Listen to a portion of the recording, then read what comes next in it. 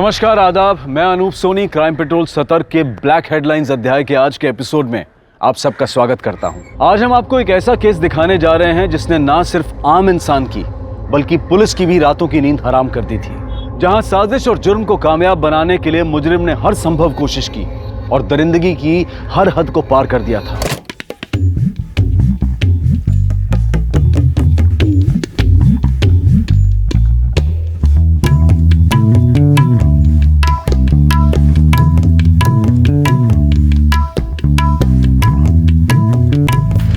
पैसा दिए तो कहाँ लगा दिए सारे? अरे मैडम, अपनी उभरती भोजपुरी हीरोइन आ गई। अरे आ गए, अपने भोजपुरी फिल्म के हीरो भी आ गए। नमस्ते सर। आप तो मिले ही है, तो शुरू करते हैं फोटोशूट।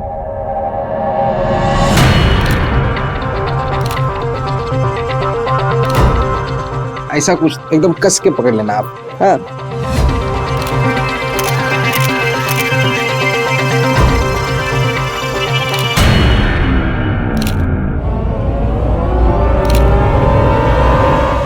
ये सब दूर हटो। तुम यहाँ क्या कर रही हो? तू इतना जवानी फूट रहा है ना, तो जाके किसी और को ढूंढ। हमारे पति से दूर रह, वरना आंखें नोच लेंगी तेरी। अरे तुम्हारे इस बासी पति में ना हमें रत्ती भर भी इंटरेस्ट नहीं है। अमीरों की लाइन लगती है हमारे लिए, ऐसे फकीरों को तो हम देखे भी ना। और हमारी नहीं, अगर तुम्हारे पति की जवानी फूट रही है ना हमको देखकर, फीलिंग आ रही उसे हमें देखकर, तो उसमें हमारी नहीं तुम्हारी प्रॉब्लम है, समझी? और तुम अपनी पत्नी को जरा लगाम में रखो, वरना पिटेगी किसी दिन हमसे। अरे मैडम, अब पड़ गई कलेजे में ठंडक ना। हमको बदनाम करने का कोनो मौका छोड़ना मत तुम। शादी क्या कर लिया, जीना हराम कर दिया तुम हमारा।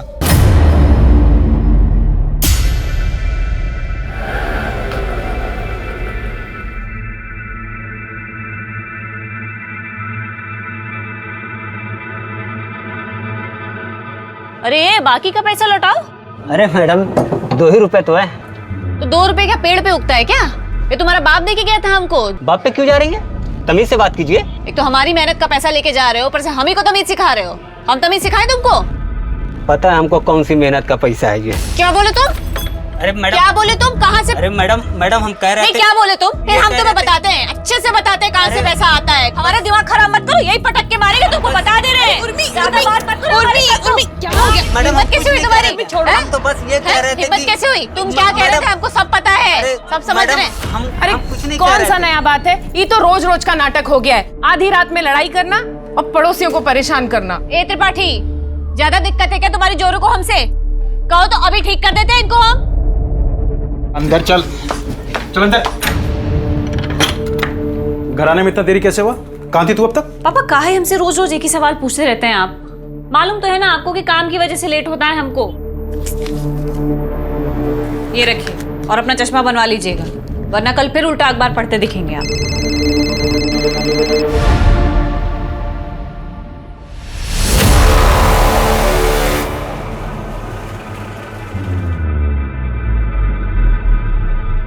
कहाँ जा रहे हो? अपनी वो 2 पैसे की हीरोइन उर्मिला, उसके साथ गुलछर्रे उड़ाने जा रहे हो ना? तुम जब तक हमें बताओगे नहीं ना कहाँ जा रहे हो, हम तुम्हें जाने नहीं देंगे। लखनऊ जा रहे हैं। हम भी चलेंगे लखनऊ, भैया से भी मिल लेंगे। बहुत दिन हुआ है ना। नहीं लेके जा सकता, काम से जा रहे हैं और गाड़ी में उतनी जगह भी नहीं है।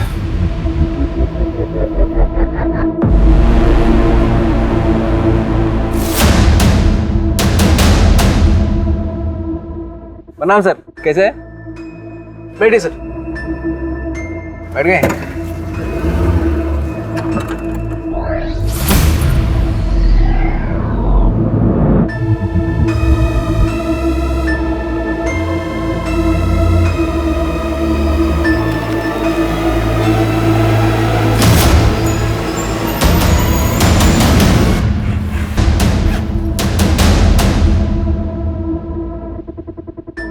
Hello, DJ travels? हाँ, मुझे लखनऊ की एक टिकट बुक करनी है।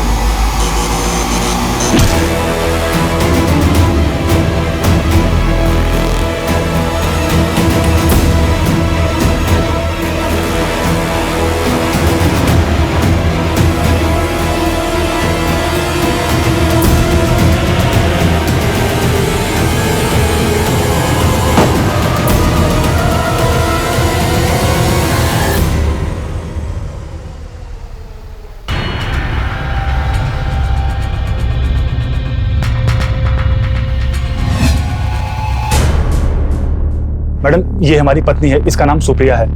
हमको इसका मिसिंग कंप्लेंट लिखवाना है। हम इसको हर जगह ढूंढ लिए लेकिन हमको कहीं नहीं मिली ये। कब से गायब है? 2 दिन से। 2 दिन पहले जब हम लखनऊ गए थे, उसके बाद जब हम काम से आए उसके तब से इसका नंबर ही नहीं लग रहा है। आपकी पत्नी 2 दिन से गायब है और आप आज रिपोर्ट लिखवाने आए? मैडम, हमको तो मालूम ही नहीं था कि वो लापता है। जब 2 दिन पहले हम लखनऊ जा रहे थे तो हमसे जिद करने लगी कि हमको भी ले चलो। हम भी चलेंगे लखनऊ, भैया से भी मिल लेंगे, बहुत दिन हुआ है ना। अब हम काम से जा रहे थे तो इसलिए नहीं ले गए। तो हमको लगा कि गुस्से में फोन बंद करके बैठी होगी, लेकिन जब हम वापस कानपुर आए तो देखे वो घर में भी नहीं है। फिर हमने पड़ोसियों से पूछा, उनको भी नहीं पता कि कहाँ गई है। आप दोनों के बीच कोई झगड़ा वगैरह हुआ था? शादी क्या कर लिया, जीना हराम कर दिया तुम हमारा। बस उतना ही जितना एक मियाँ बीवी के बीच में नोक-झोंक होता है। आपने उनके रिश्तेदारों में या मायके में पता किया? शायद वहां चली गई हो।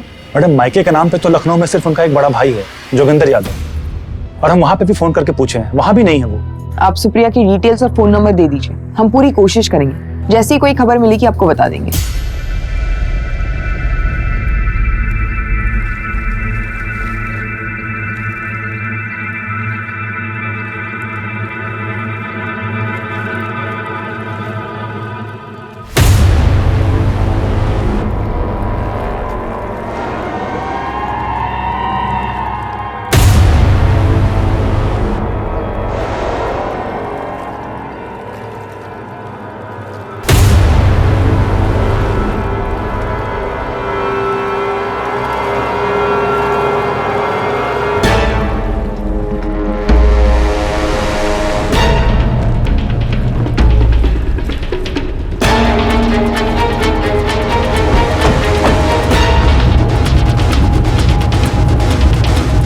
चलो हटो, यहाँ से हटो।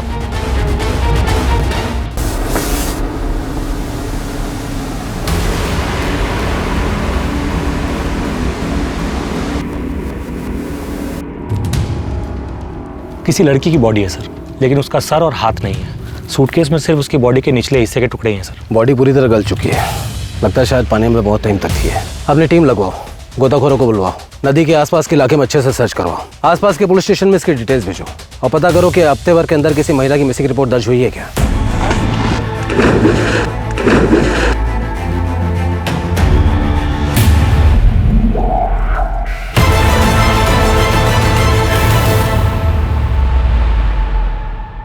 योगी भैया को नमस्कार। तुम यहाँ का लेने आए? लेने नहीं, बताने आए। आपकी बहन सुप्रिया कल दिन से गायब है। आपके जीजा रंजन ने उसकी मिसिंग कंप्लेंट कानपुर के थाने में लिखवाई है। क्या बकवास है ये? अरे ऐसे कैसे गायब हो गई? लड़की है कोई चाबी का गुच्छा थोड़ी है जो खो गई है।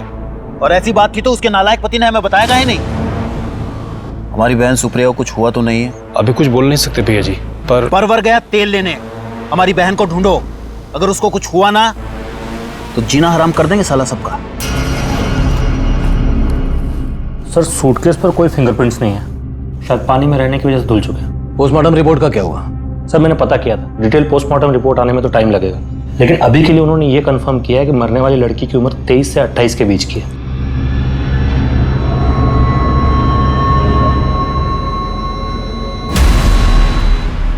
सूटकेस के इस बारकोड से कंपनी से पता करो कि ये किस बैच का है, किस दुकान में सप्लाई हुआ और किसने बेचा और किसे खरीदा। हो सकता है ये सूटकेस ही हमें टुकड़ों से मिली लाश की पहचान तक ले जाए। उर्मिला का फोन अभी भी बंद आ रहा है, मुझे तो उसकी बहुत चिंता हो रही है। पता नहीं कहाँ होगी, कैसी होगी। अरे लगता है आजकल आपकी हीरोइन बिटिया घर पर नहीं है। मतलब आजकल आधी रात में कोई चीख चिल्लाहट की आवाज नहीं सुनाई दे रही। क्या बेकार की बात कर रही हो तुम?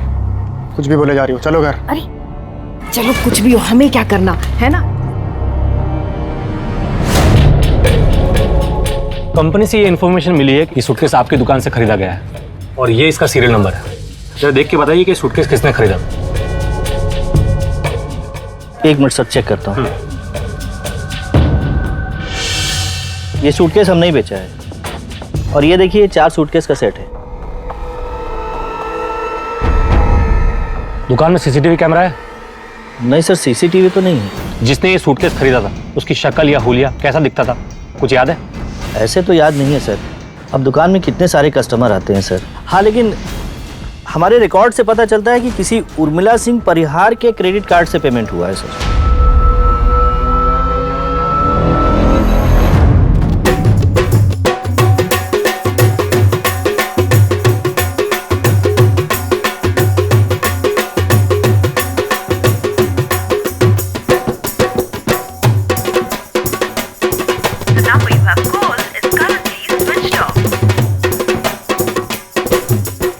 Got it.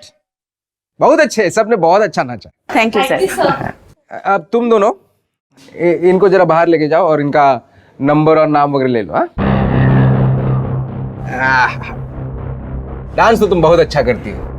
अब थोड़ा अंदर कमरे में ऑडिशन भी ले ले, एक्टिंग का भी देख लेते। जी सर। वाह वाह वाह वाह, क्या बात है, क्या बात है। बड़ी भोजपुरी हीरोइन बनने के सारे गुण है तुम में। सोशल मीडिया पर उर्मिला सिंह परिहार के नाम पर 200 अकाउंट थे। जब हमने सारे के सारे पोस्ट चेक किए तो एक पोस्ट में हमें यह मिला सर।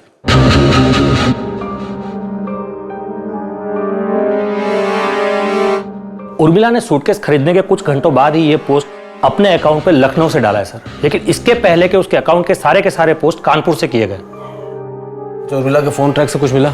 सर इस पोस्ट के बाद से ही उसका फोन स्विच ऑफ आ रहा है, लेकिन रजिस्ट्रेशन से पता चला है कि यह नंबर उर्मिला सिंह परिहार के नाम से रजिस्टर्ड है और एड्रेस कानपुर का है सर। मतलब उर्मिला लखनऊ से नहीं कानपुर की है। उर्मिला ने 4 सूटकेस खरीदे, जिसमें से एक में हमें औरत की लाश मिली जिसके सर और हाथ कटे हुए थे। तो बाकी के 3 सूटकेस कहाँ हैं? उर्मिला के पास।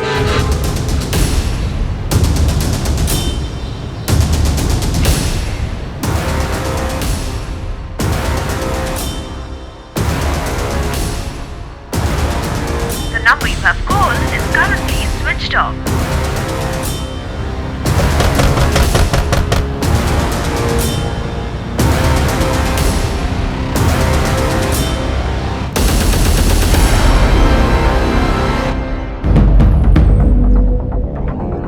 इस तरह। सर, ये लखनऊ से एक केस की फाइल लेकर आए, आपसे मिलना चाहते हैं। सर 4 दिन पहले हमें इस औरत की लाश एक सूटकेस में मिली नदी में, जिसके सर और हाथ कटे हुए थे। सूटकेस के बारकोड से पता चला है कि एक नहीं 4 सूटकेस किसी उर्मिला सिंह परिहार ने अपने क्रेडिट कार्ड से पेमेंट करके खरीदे थे। तो बाकी के 3 सूटकेसेस को लखनऊ पुलिस ढूंढ रही है, क्योंकि हमें शक है कि बाकी के बॉडी पार्ट सर और हाथ भी किसी सूटकेस में हो सकते हैं। क्योंकि उर्मिला कानपुर की रहने वाली है, इसलिए हेडक्वार्टर ने यह केस आप लोगों को सौंपा है। अब आगे की तहकीकात आपकी टीम करेगी सर।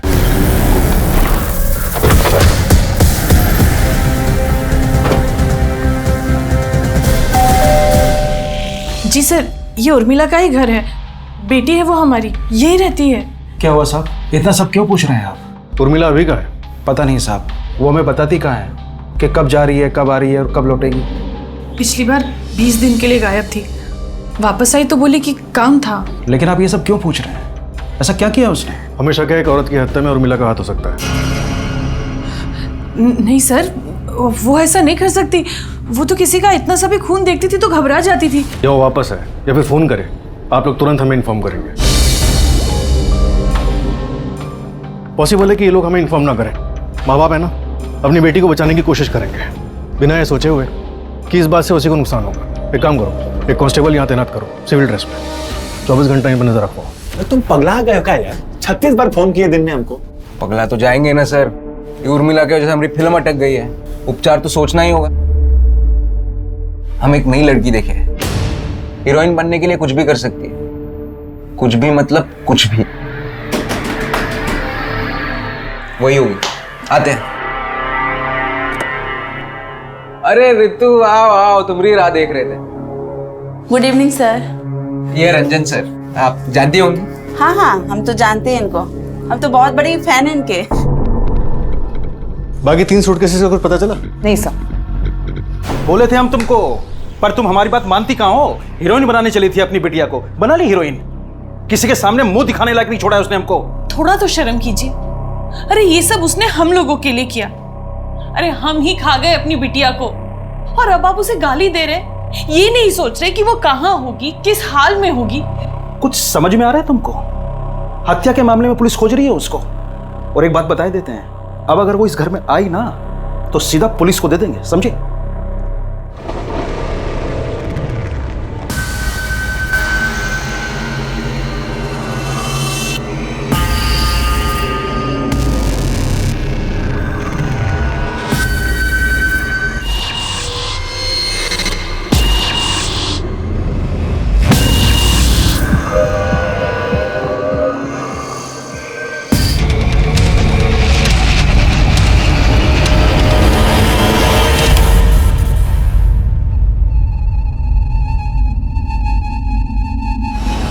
सर काफी सड़ चुका है। डीएनए टेस्ट से कंफर्म करना होगा कि सर और धड़ एक ही बॉडी के हैं या अलग अलग बॉडीज के। कहीं ऐसा तो नहीं कि सर किसी और का हो और धड़ किसी और का। मर्डर एक नहीं बल्कि 2 हुए हों। हाँ सरोज। सर, उर्मिला के क्रेडिट कार्ड डिटेल्स के मुताबिक उसका क्रेडिट कार्ड लास्ट लखनऊ में यूज हुआ था एक होटल बुक करने के लिए। लाश के दोनों हिस्से एक ही औरत के हैं या नहीं, ये जानने के लिए डीएनए की जांच का सहारा लिया जा रहा था और सूटकेस में मिले सर की शनाख्त के लिए उर्मिला के माता पिता का डीएनए और बॉडी का डीएनए मैचिंग के लिए लिया गया। पुलिस के सामने अब सवाल यह था कि क्या लाश का दूसरा हिस्सा सुप्रिया तिवारी का था, और अगर नहीं था तो फिर सुप्रिया कहां थी और क्यों अब तक पुलिस को उसका कोई सुराग नहीं मिला था।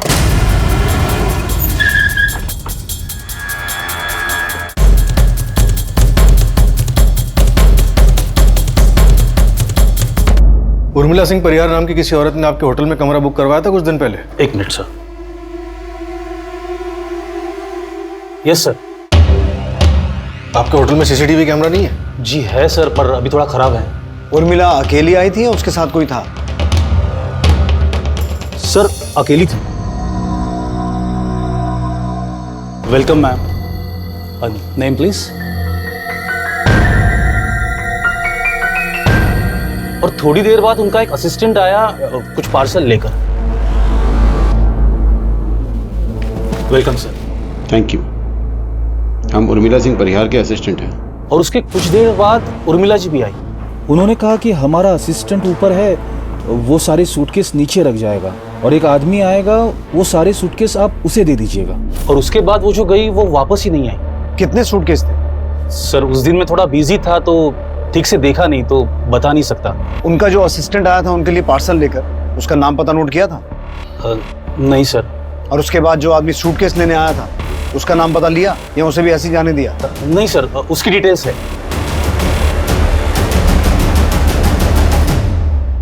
वो उर्मिला सिंह परिहार हमारे लिए कुछ सूटकेस छोड़े होंगे। हाँ, सूटकेस तो है सर, बस आप अपना नाम, पता और नंबर यहाँ पे लिख लीजिए। वो क्या है, वो आ जाएंगे तो मैं उन्हें बता सकता हूँ ना। जी सर, थैंक यू सर। यहाँ पर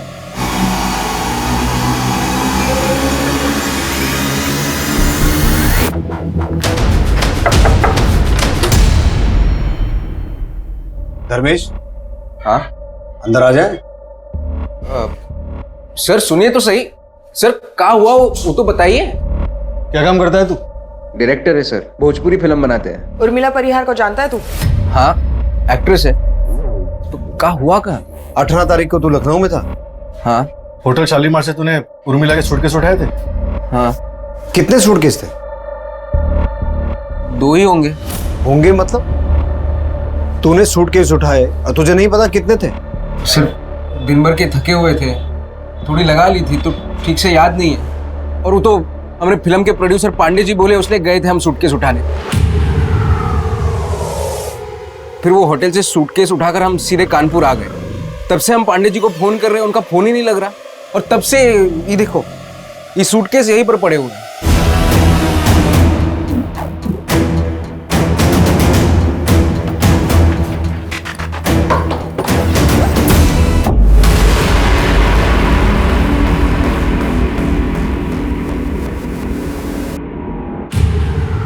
तू लखनऊ में उर्मिला से मिला था? नहीं सर, हमको तो पता भी नहीं था कि उर्मिला लखनऊ में है। लेकिन जब तू शालीमार होटल गया था ये सूटकेस उठाने, तेरे साथ एक आदमी और था। कौन था वो? हमारे फिल्म का हीरो रंजन तिवारी। ये वही रंजन तिवारी जिसकी वाइफ मिसिंग है? हाँ, पर सर हुआ क्या है? आप इस सूटकेस के बारे में इतने सवाल क्यों पूछ रहे हैं? तेरा जो ये प्रोड्यूसर है पांडे, ये रहता कहाँ है? और इसका पूरा नाम क्या है? रहता क्या है वो तो पता नहीं, हम बाहर ही मिलते थे। और उसका पूरा नाम है गजानन पांडे। ये सूटकेस तो हम लेके जा रहे हैं, लेकिन अगर तू अपना सूटकेस लेकर ये शहर छोड़ने की कोशिश करेगा तो तेरी फिल्म हम बनाएंगे। सर होटल के रिसेप्शनिस्ट का भी यही कहना है कि उसे नहीं पता कि कितने बैग्स थे, और धर्मेश भी यही कह रहा है कि उसे याद नहीं। विनोद, इनमें से किसी की भी बात का भरोसा नहीं किया जा सकता। वैसे एक तीसरा आदमी भी है जो इस बात का जवाब दे सकता है और जिसका इस मर्डर में हाथ भी हो सकता है, रंजन तिवारी। अब देखते हैं वो क्या कहता है। उसके पास क्या बहाना है सूटकेस ना देख पाने का।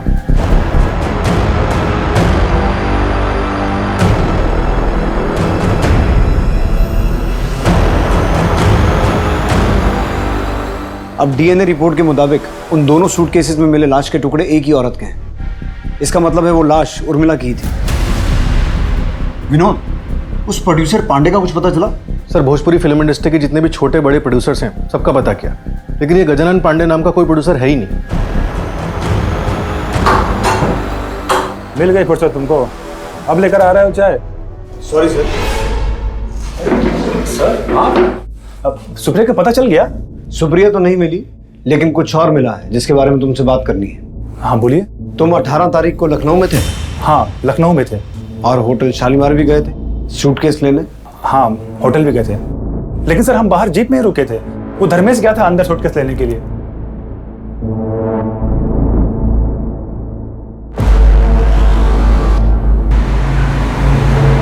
धर्मेश होटल से कितने सूटकेस लेके बाहर आया था? वो तो हम देखे नहीं सर, वो लाया पीछे रख दिया, हम आगे बैठे हुए थे। फिर उसके बाद हम कानपुर के लिए निकल गए और ऊपर से थोड़ा पी भी लिया था, तो झपकी मारने के लिए रास्ते में थोड़ी देर के लिए हम लोग गाड़ी रोक दिए थे।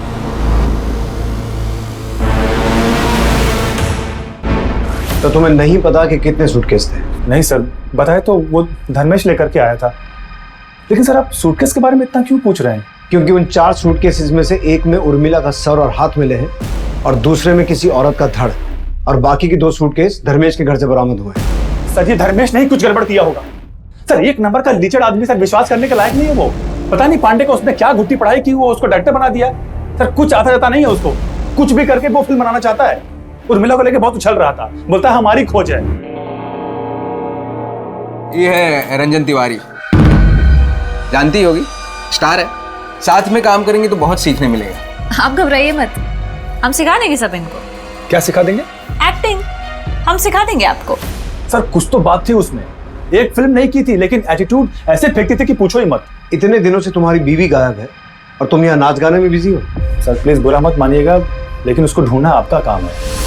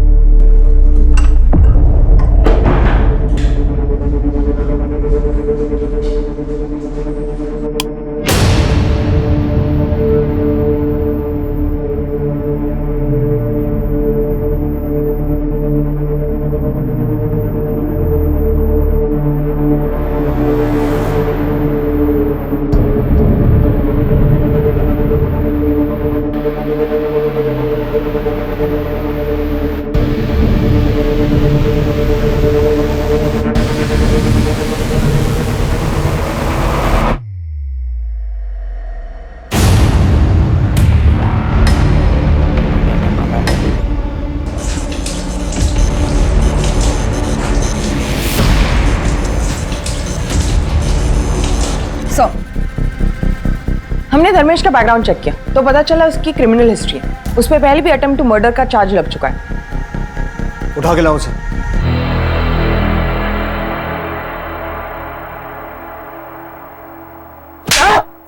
बड़ा शरीफ बन रहा था ना तू? हाँ, तेरी सारी हिस्ट्री ज्योग्राफी पता है हमें। रंजन ने सब उगल दिया है धर्मेश।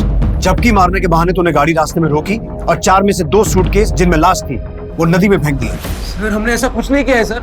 हम क्यों मरवाएंगे उर्मिला को? वो हमारी फिल्म की हीरोइन थी, हमारी फिल्म हिट करवाने वाली थी, भविष्य बनाने वाली थी हमारा। सर हम तो बोलते हैं रंजन ने मारा है उर्मिला को। उर्मिला ने सबके सामने उसकी बहुत बेइज्जती की थी। रंजन और उसकी बीवी सुप्रिया का बहुत जोर का झगड़ा हुआ था उर्मिला के साथ। इतना जवानी फूट रहा है ना तो जाके किसी और को ढूंढ। तुम्हारे इस बासी पति में ना हमें रत्ती भर भी इंटरेस्ट नहीं है। सर रंजन का एक साला है लखनऊ में, बाहुबली टाइप गुंडा आदमी है, जोगी नाम है उसका। हमको लगता है ये जोगी के साथ मिलकर रंजन ने उर्मिला को मरवाया। हम जब लखनऊ में थे तब जोगी के घर पे भी गया था रंजन उसे मिलने के लिए।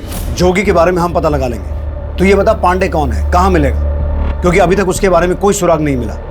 ये पांडे नाम का कोई आदमी है भी या झूठ बोल रहा है? अरे सर बिल्कुल है, उन्होंने तो हमारे फिल्म में पैसा लगाया। कैसे दिए थे पैसे?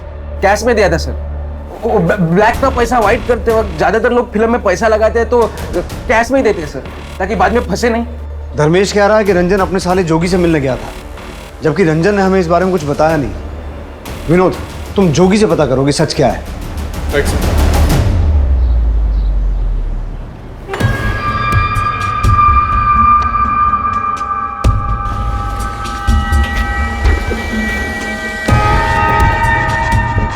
प्रणाम सर, कहिए। कैसे याद किया हूँ? आपसे कुछ जरूरी सवाल पूछने थे, अंदर चल के बात करें? अरे अंदर जाने की क्या जरूरत है, जो पूछना है यही पूछिए। 19 तारीख को रंजन तिवारी आपसे मिलने आया था? हाँ आया था। क्यों, क्या काम था? जीजा है हमारा, काम पड़ने का क्या जरूरत है। लेकिन उस दिन हमें भी कुछ अजीब लगा कि हमेशा जब भी आता है वो फोन करके आता है, पर उस दिन बिना फोन किए ही आ गया। पर आप ये रंजन के बारे में इतना पूछताछ काहे कर रहे हैं? इसे पहचानते हैं आप? ये शक्ल तो पहली दफा देख रहे हैं, देखे होते तो पहचान लेते। एक बात बताइए, आप इस लड़की के बारे में पूछ रहे हैं, रंजन के बारे में इतना सवाल पूछ रहे हैं। रंजन की बीवी यानी हमारी बहन सुप्रिया, उसके बारे में कुछ खोजबीन की है कि नहीं की है आपने? हम कोशिश कर रहे हैं। वैसे सुप्रिया के फोन रिकॉर्ड्स में पता चला है कि उसका लास्ट लोकेशन लखनऊ था। तो क्या रंजन की तरह वो भी आपसे मिलने आई थी? नहीं तो अरे आती तो बताते नहीं का आपको। देखिए सर, आप बेफजूल का दौड़ भाग कर रहे हैं, उल्टा हम ही पे सवाल दाग रहे हैं आप। रंजन से एक भी बार पूछे आप? हम साला रोज पुलिस स्टेशन अपनी बहन के बारे में पूछते हैं फोन करके, वो एक भी बार अपनी बीवी के बारे में पूछा आपसे? बहुत काम है हमें, चलो। नजर रखो इस पर।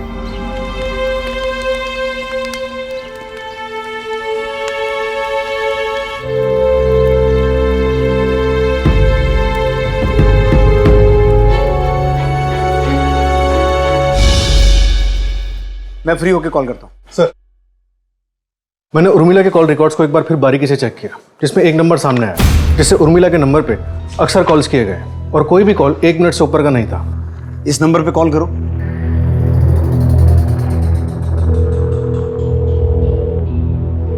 कोई फोन नहीं उठा रहा सर। पता करो किसके नाम पर रजिस्टर्ड है। Right sir.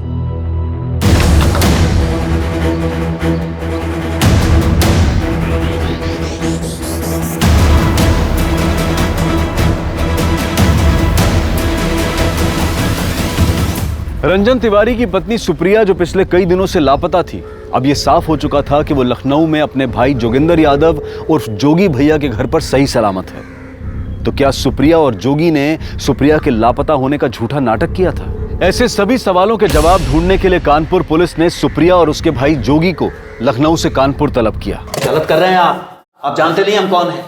बेवजह अपना और हमारा समय बर्बाद कर रहे हैं आप। जानते हैं, बहुत अच्छी तरह से जानते हैं। अब हम तुम्हें बताएंगे कि हम कौन हैं और हम क्या कर सकते हैं। सर हम सच बोल रहे हैं, हम कुछ नहीं किया उर्मिला के साथ में। हम उर्मिला की नहीं, तेरी बीवी सुप्रिया की बात कर रहे हैं। सुप्रिया? सुप्रिया मिल गई? मैं बंद करिए अपनी घटिया एक्टिंग, इतना अच्छा एक्टर नहीं है तू। सरोज, सुप्रिया, सुप्रिया कहां थे तुम? तुझे नहीं पता था ये कहां थी? सर हमको सच में नहीं पता ये कहां थी। कहां थी तुम? तुम्हारे साले जोगी के यहाँ। अरे तो कम से कम बता तो देती कि तुम लखनऊ जा रही हो। लखनऊ तो हम तुम्हारे साथ ही जाना चाहते थे, तुम ही बोले गाड़ी में लगा। बंद करो या मियां बीवी की नोकझोंक, घर जाके करना ये सब। पहले ये बताओ कि मिसिंग कंप्लेंट का नाटक क्यों किया था तुम लोगों ने? नाटक नहीं है, हम हमारी बहन को जान से ज्यादा चाहते हैं। वो जो बोलती है हम करते हैं। उसने कहा कि रंजन के साथ उसका झगड़ा हुआ, हम उसे सबक सिखाना चाहते हैं। झूठी कंप्लेंट लिखवाना, पुलिस से झूठ बोलना, ये ठीक है? सर भैया हमारी खातिर झूठ बोले थे, ये हम पे बहुत जाती करते थे। सोचे ऐसे अचानक गायब हो जाएंगे तो अच्छा सबक मिलेगा और पुलिस परेशान करेगी 100 लाख। तमीज में, पुलिस स्टेशन है ये। तुम लोगों के इस नाटक का कोई फायदा नहीं है, क्योंकि हमें अच्छे से मालूम है कि तुम दोनों ने और जोगी ने मिलकर उर्मिला का मर्डर किया, उसकी बॉडी को ठिकाने लगाया। आप कुछ भी बोलेंगे और हम मान लेंगे। हमने और हमारी बहन सुप्रिया ने किसी का मर्डर नहीं किया है, समझे आप? देखिए ये रंजन बहुत छिछला आदमी है, आपको तो शक है ना उस पर? अरे हम कह रहे मर्डर उसी ने किया है। सर हमारा यकीन करिए, हमने उर्मिला को नहीं मारा है। अरे हम क्यों मारेंगे उसको? अपने हाथ से अपना भविष्य खराब कर लेंगे क्या? सर, उर्मिला के कॉल रिकॉर्ड से हमें जो नंबर मिला था जिस पे हमने कॉल किया था और कोई फोन नहीं उठा रहा था, उसकी डिटेल्स आ गई। ये देखिए, पता करो इसके पास इन कॉल्स का क्या जवाब है।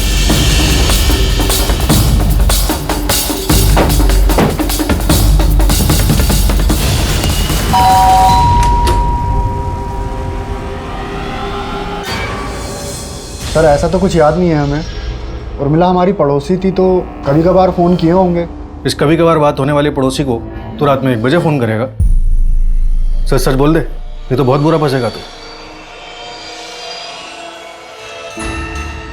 सर उर्मिला और हम एक दूसरे से प्यार करते थे। उर्मिला तुमको समझना होगा, हमारे बाबा कभी नहीं मानेंगे।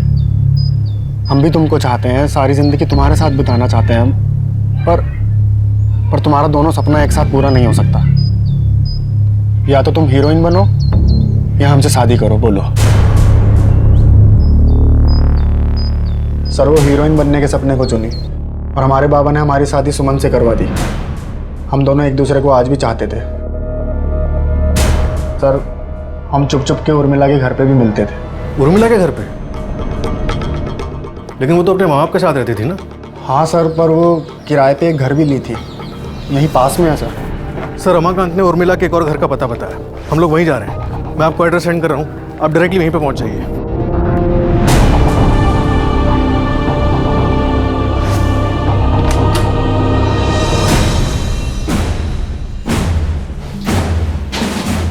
सर उर्मिला और हम यहीं मिलते थे sir.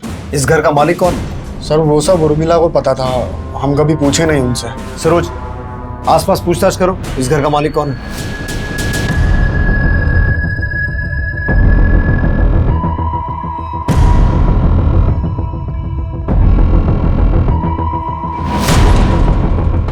Mishra. Yes sir. Forensic team को बुलाओ। यहां बहुत कुछ हुआ है। हमारा वास्ता सिर्फ मुजरिम नहीं, बहुत शातिर मुजरिम से पड़ा है। जी मैडम। बता सकती हो इस घर का मालिक कौन है? मैडम वो श्रीमती दमयंती शंकर। उर्मिला सिंह परिहार को घर आपने दिया था किराए पे? जी सर, हम ही दिए थे। वो घर हमारी बीवी के नाम पर है, लेकिन हम लोग वहाँ रहते नहीं हैं। अब उर्मिला वहाँ रहती थी या नहीं ये हमें नहीं पता, बस उसका किराया टाइम से आ जाता था, इसलिए हमने कभी कोई दखलंदाजी नहीं की।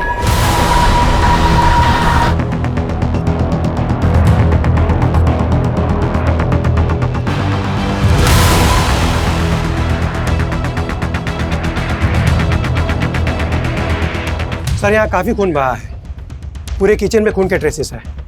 अच्छी तरह से खून साफ करने की कोशिश की गई है। सर रिपोर्ट से साफ है कि उर्मिला के किराए वाले घर पर ही इस जुर्म को अंजाम दिया गया। किचन से जो ब्लड ट्रेसेस मिले थे वो उर्मिला के ही हैं। उर्मिला की detail postmortem report. Sir report के मुताबिक उर्मिला की मौत 17 तारीख को शाम 5 से 7 बजे के बीच सर पे चोट लगने की वजह से हुई। 17 तारीख को? इसका मतलब है 18 तारीख को जिस लड़की ने उर्मिला के क्रेडिट कार्ड से वो सूटकेस खरीदे और जिसने होटल शालीमार में चेक इन किया वो उर्मिला नहीं कोई और थी, और ये सब पुलिस को गुमराह करने के लिए किया गया है। तो उर्मिला का मर्डर 17 तारीख को उसके किराए वाले घर पर हुआ और शायद उसी शाम उस घर की किचन में उसकी बॉडी के टुकड़े किए गए, और अगले दिन 18 तारीख को किसी दूसरी लड़की ने उर्मिला के क्रेडिट कार्ड से वो सूटकेस खरीदे, होटल गई जहां उर्मिला के बॉडी पार्ट्स को 2 अलग अलग सूटकेसेस में डाला गया और 19 तारीख को होटल से ले जाकर नदी में फेंक दिया गया। लेकिन सर उर्मिला की टुकड़े की हुई बॉडी होटल कैसे पहुंची? शायद उर्मिला का वो असिस्टेंट जो शॉपिंग बैग्स लेकर आया था, शायद उन शॉपिंग बैग्स में उर्मिला की डेड बॉडी थी जिसे बाद में सूटकेसेस में डाला गया। रंजन और धर्मेश हो सकता है इस बात से अनजान हो, या पॉसिबल है वो दोनों ही उर्मिला की डेड बॉडी कानपुर से लखनऊ लेके गए और बाद में सूटकेस में डालकर नदी में फेंक दिया। हमें इन सभी सवालों के जवाब ढूंढने होंगे कि वो लड़की कौन थी जिसने उर्मिला के क्रेडिट कार्ड से वो सूटकेस खरीदे, बाद में होटल गई, और वो आदमी कौन था जो शॉपिंग बैग्स लेकर आया और जिसने बाद में सूटकेस रिसेप्शन पे ड्रॉप किए। सरोज तुम उर्मिला के उस किराए वाले घर से पता करो, वहां उससे मिलने कौन कौन आता था। सब विनोद, हमें धर्मेश और रंजन से एक बार दोबारा पूछताछ करनी होगी, क्योंकि अभी तक इस केस में सिर्फ एक ही बात साफ है कि बॉडी के टुकड़े सूटकेस में मिले और वो सूटकेस होटल से धर्मेश और रंजन लेकर गए थे। हो सकता है इन दोनों ने ही उर्मिला का मर्डर किया हो और बाद में सूटकेस में बॉडी को ठिकाने लगाया हो। उर्मिला सिंह परिहार की हत्या के मामले में पुलिस के पास संदिग्धों की एक लंबी लिस्ट थी। फिर उर्मिला के कत्ल का दृश्य सामने आने के बाद पुलिस पूरी कोशिश के साथ संदिग्धों की तलाश में जुट गई, जो भी उर्मिला की हत्या से संबंधित था। क्या बता सकती हो उर्मिला के घर पे उसके अलावा और कौन आता जाता था? मैडम बहुत से लोग आते जाते रहते थे, अब हम सबको तो नहीं जानते ना। ये या ये, इन दोनों में से किसी को भी देखा है? नहीं मैडम। सर हमारा विश्वास कीजिए सर, हमने कुछ नहीं किया। सिर्फ पांडे जी के कहने पर हमने होटल से सूटकेस उठाया, बाकी हमने कुछ नहीं किया सर। सच सच बोलो वरना हड्डी बस लिए कर दूंगा तुम्हारी। हमें पता है पांडे नाम का कोई आदमी है ही नहीं। झूठ बोल रहे हो तुम लोग। सर है, बिल्कुल है। विनोद, धर्मेश और रंजन को अलग अलग स्केच आर्टिस्ट के साथ बिठाओ और पांडे का स्केच बनवाओ। इनका सच झूठ सब बाहर आ जाएगा। Right sir. जो औरत उर्मिला बनके तुम्हारे होटल में रुकी थी, क्या यही है? सर नहीं, ये नहीं है।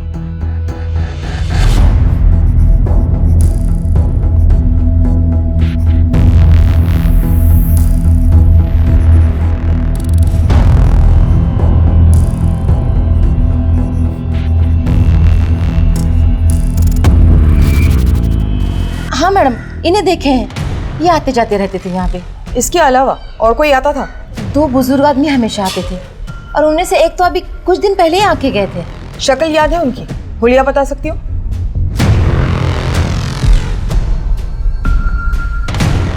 एक मिनट। क्या ये वो आदमी है? हाँ मैडम, ये वही है। उर्मिला का जो असिस्टेंट पार्सल लेकर आया था, क्या यही है? हाँ सर, यही है। सर, धर्मेश और रंजन ने जो स्केच बनवाया है वो एक ही आदमी का है। सर, उर्मिला जिस किराए के घर पे रहती थी उसकी पड़ोसी ने इस आदमी को घर जाते हुए देखा था। इन दोनों को उठा के लाओ, बहुत घुमाया हमें, अब हम इन्हें सैर करवाएंगे। उर्मिला सिंह परिहार को घर आपने दिया था किराए पे? जी सर, हमें दिए थे। वो घर हमारी बीवी के नाम पर है। तो तू है प्रोड्यूसर पांडे। अब ये बता कि शंकर और गजानन पांडे का क्या खेल है? सर, हम अपनी ब्लैक मनी को वाइट करने के लिए गजानन नाम का सहारा लेते थे और इसी नाम से एक फिल्म भी प्रोड्यूस कर रहे थे और उर्मिला को उसमें हीरोइन लिया था। और खुद विलन बन गया, हीरोइन का मर्डर कर दिया। हम ऐसा क्यों करेंगे? उल्टा उर्मिला के मरने से तो हमको नुकसान हुआ। हमने कभी सोचा भी नहीं था कि तू ऐसा कर सकता है। चल, अपने इस लाचार बाप के किरदार से बाहर निकल और सच बोल। क्या सच बोले साहब? उर्मिला ने किराए पे दूसरा घर लिया हुआ है, ये बात तूने हमसे क्यों छुपाई? क्या बोलता है साहब कि वो वहां पे? तूने उर्मिला का मर्डर किया, उसकी बॉडी के टुकड़े किए और फिर बॉडी को लखनऊ भिजवा दिया और फिर अपने चमचों को बोलकर बॉडी को नदी में फेंकवाया। नहीं सर, हम निर्दोष हैं, हम सच कह रहे हैं। उर्मिला की बॉडी लखनऊ कैसे पहुंची वो बता, कौन लेकर गया? तू? नहीं साहब, हम नहीं थे, हम तो कहीं और। होटल के रिसेप्शनिस्ट ने तेरी तस्वीर पहचान ली है और बता दिया कि शॉपिंग बैग्स लेकर होटल में तू ही गया था। हम उर्मिला सिंह परिहार के असिस्टेंट हैं, पार्सल देना है उनको। साहब, उर्मिला हीरोइन बनना चाहती थी। जब हमें ये पता चला तो हम बहुत गुस्सा हो गए। ये काम शरीफ लोगों को शोभा नहीं देता है साहब, पर वो हमारी सुनती कहाँ थी। फिर भी हमारी मजबूरी थी साहब, क्योंकि हम कुछ कमाते तो थे नहीं, घर का सारा खर्च वही चलाती थी। 17 तारीख को क्या हुआ था? उस दिन घर से निकली तो जाने हमारे दिमाग में क्या है कि हमने उसका पीछा किया साहब।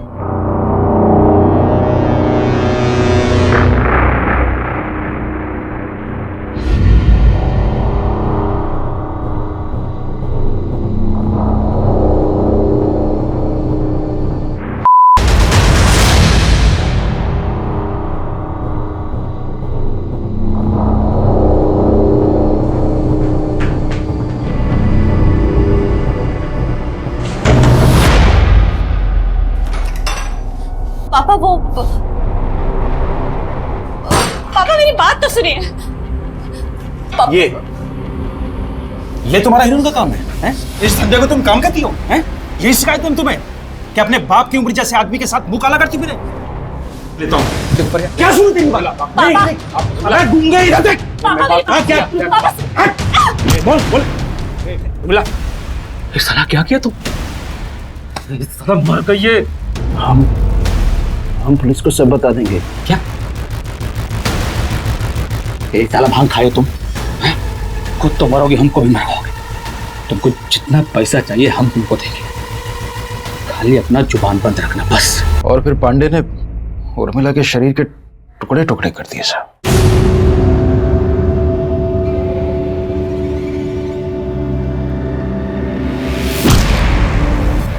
सर, हमने एक लड़की को पैसा दिया, उसको बोला कि उसका ऑडिशन है और उसे उर्मिला बनकर लखनऊ जाना है।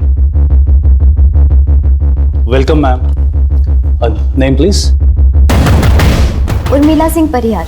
और उसके बाद उर्मिला का बाप उर्मिला की बॉडी शॉपिंग बैग्स में लेकर होटल पहुंचा, जहां उसने वो बॉडी सूटकेस में डाली और सूटकेस को रिसेप्शन पे छोड़ा। जहां से रात में धर्मेश उसे लेके गया, है ना? अब ये बता पांडे, सूटकेस को नदी में किसने फेंका? धर्मेश ने या रंजन ने? रंजन ने फेंका। सदी का महानायक बनना है तुमको कि नहीं बनना है, या कि फिल्म करके घर बैठ जाना है? ये हुई ना बात। अब देखो हम तुमको कैसे लेके एक के बाद एक फिल्म बनाते हैं। तो तुमको हमारे लिए एक छोटा सा काम करना पड़ेगा। सर हमको हीरो बनना था, और हमारे पास काम नहीं था, इसीलिए हम पांडे की बात में आ गए थे सर। 19 तारीख को क्या हुआ था वो बता। 19 तारीख को मैं और धर्मेश होटल जा रहे थे, लेकिन होटल जाने से पहले धर्मेश को दारू पिला रहे थे और हम खुद दारू पीने का नाटक कर रहे थे। तो फिर हम रास्ते में बोले कि बहुत नींद लग रहा है तो थोड़ा आराम कर लेते हैं।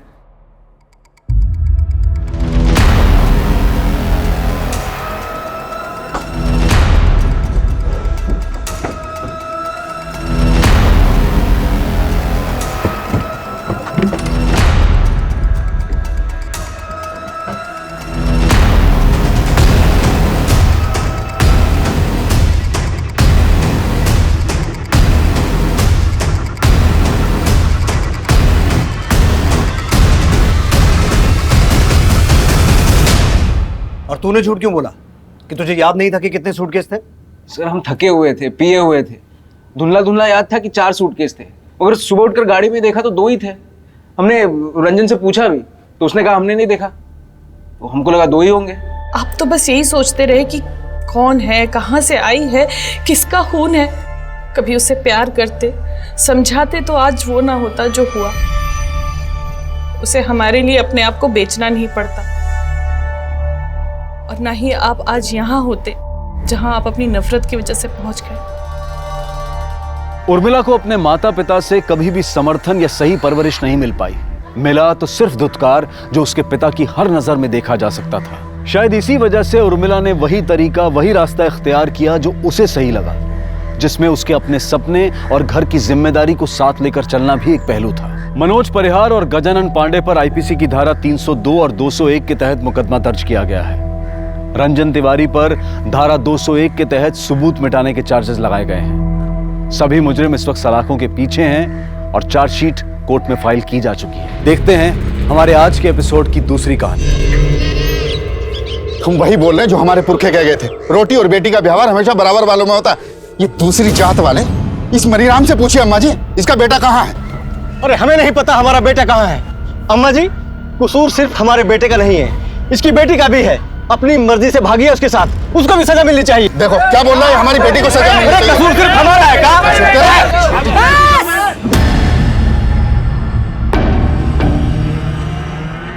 तू मैं मर मिटे पूछ पूछ के जात। राम रहीम हैरान है, नाजुक है हालात। ये भी तो कह गए थे हमारे पूर्वज। अब आप लोग बताइए हमको कि क्या अपनाना है, अच्छाई या बुराई? पर अम्मा जी देखो नरेंद्र, मनीराम का लड़का सीएमओ के पद पर है। इस पद का लड़का ढूंढ पाते अपनी बिटिया के लिए? अम्मा जी, हम अपनी बेटी की शादी अपनी जात में ही करेंगे। बस हम फैसला कर लिए हैं। तुम दोनों के बेटा बेटी बालिग हैं, अब पता किए हैं हम, वो दोनों शादी भी कर चुके हैं। तो अब ना जात बीच में आएगी और ना ही किसी की जिद। अम्मा जी गए, अम्मा जी गए, अम्मा जी गए।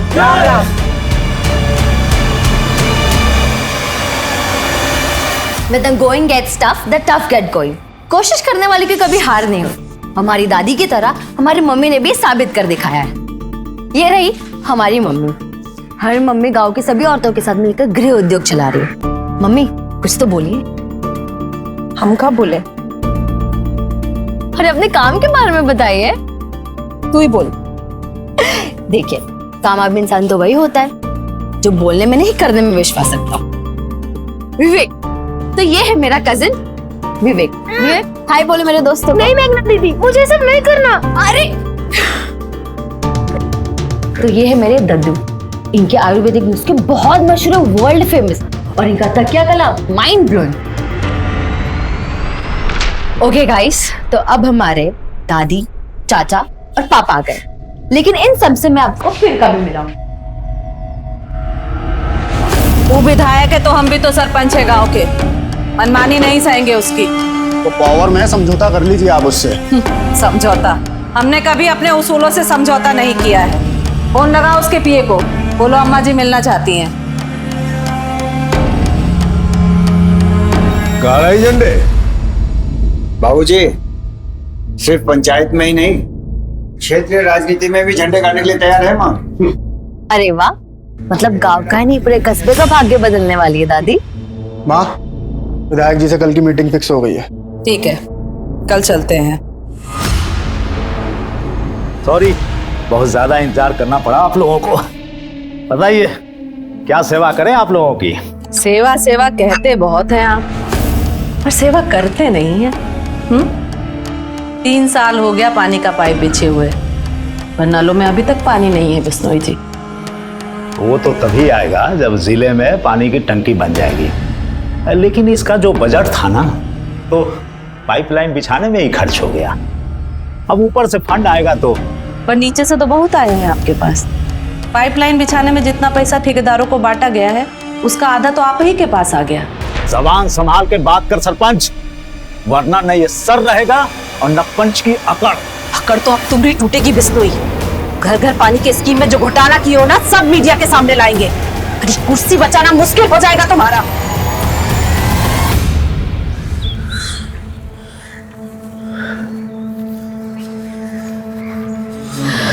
संज्ञान, हम यहाँ तुम्हारा 1 घंटे इंतजार कर रहे हो, तुम अब जाके आ रहे हो। मेघा सॉरी यार, पापा को आने में देर हो गई थी। अब उनसे मिले बिना तो हॉस्टल नहीं जा सकता था ना। अब 15 मिनट में तुम्हारी बस आ जाएगी। बस सर 15 मिनट बिताने के लिए इतना वेट किया हम। सच हम तुम्हें ड्रॉप करने ही नहीं आते। तुम चाहो तो अभी भी मेरे साथ भाग सकती हो।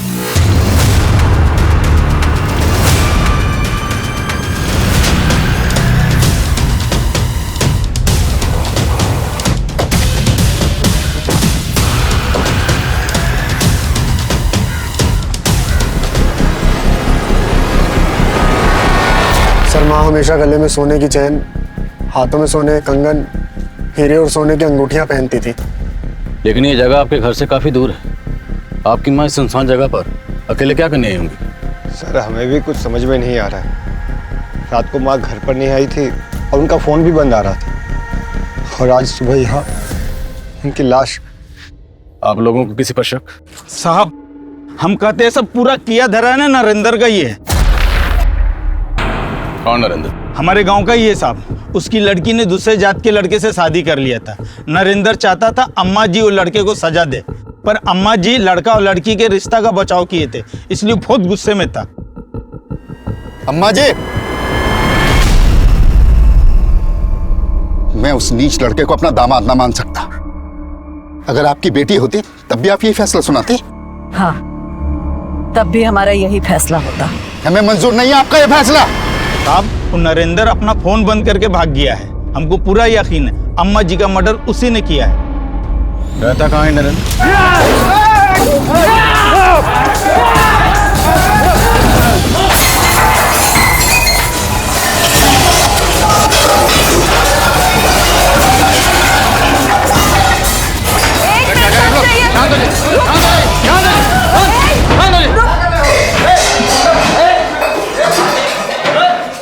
क्यों तोड़फोड़ कर रहे हैं आप लोग?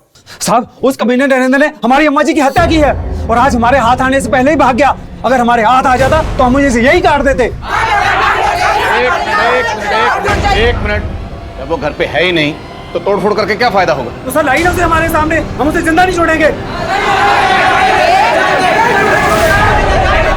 भाभी, हमने चारों तरफ पता किया, लेकिन मेघा का कहीं कुछ पता नहीं चल रहा। पर वो ऐसी तो गायब नहीं हो सकती ना शमशेर भैया, जरूर उसके साथ कुछ हुआ है।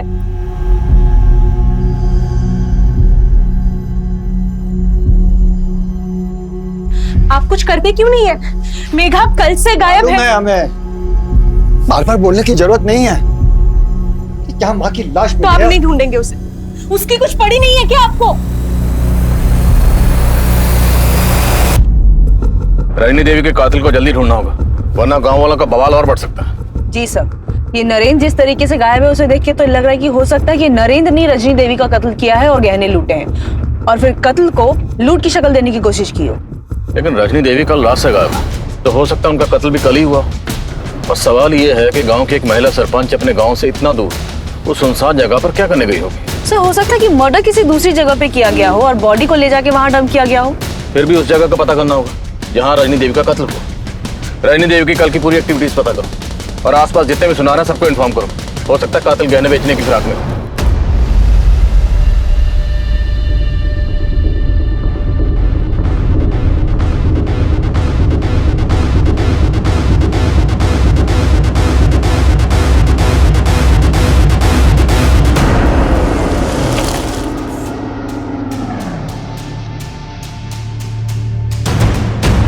शहर क्या गई यार, इतना बड़ा कांड हो गया, इतनी बड़ी बात हो गई, तुमने हमें बताना जरूरी नहीं समझा, खबर तक नहीं दी हमें।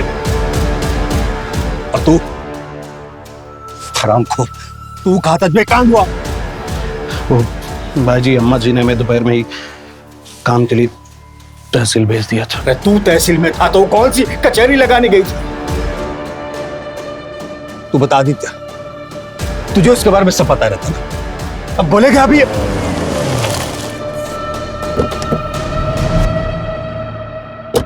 रजनी ये को आखिरी बार आपने देखा था? जी सर, माँ और हम विधायक जी के पास से लौट रहे थे और हमें काम से शहर जाना था। माँ के कहने पर हमने शाम को उनको गांव के पास छोड़ दिए थे सर। और माँ को शाम में टहलने की आदत थी तो हमें लगा कि टहलते टहलते वो घर पहुंच जाएंगे। उसके बाद रजनी जी घर आई नहीं? उस वक्त घर पे कौन था? सर कोई नहीं था यहाँ और हम अपनी बीवी के साथ उसके मायके गए हुए थे। देर रात पहुंचे तो माँ नहीं थी, तभी से हम उनको खोज रहे थे। आप इनके साथ थे? अब हम तो 2 दिन से शहर में थे, योगा शिविर में। खबर मिलते ही फौरन लौट आए। पता नहीं सब कैसे हो गया। तो आदित्य ने रजनी देवी को गांव के बाहर ड्रॉप किया था। हो सकता है किलर ने वहां उन्हें अकेले देख उनको टारगेट किया। लेकिन ये बात उनके बेटे ने मैं पहले नहीं बताई। ऐसा लग रहा है जैसे सब कुछ सोच समझ के बोल रहे हैं। पता करो रजनी देवी के मर्डर की वजह कहीं कोई घरेलू झगड़ा तो नहीं, और नरेंद्र को ढूंढने पर जोर दो। ठीक है सर।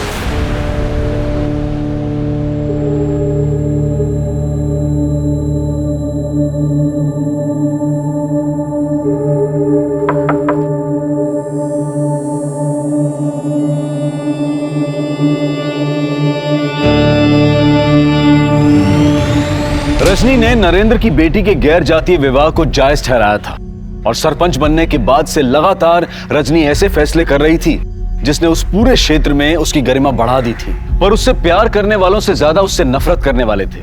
लेकिन सवाल यह भी था कि रजनी की पोती मेघा और उसका दोस्त संज्ञान जिस क्रूरता का शिकार हुए थे, क्या रजनी की हत्या से उसका कोई लेना देना था? आखिर क्या वजह थी कि रजनी के परिवार ने पुलिस को यह नहीं बताया था कि मेघा भी लापता है? पुलिस को रजनी के परिवार पर भी शक हो रहा था और उनका खबरी नेटवर्क रजनी और उसके परिवार से जुड़ी हर जानकारी को इकट्ठा कर रहा था।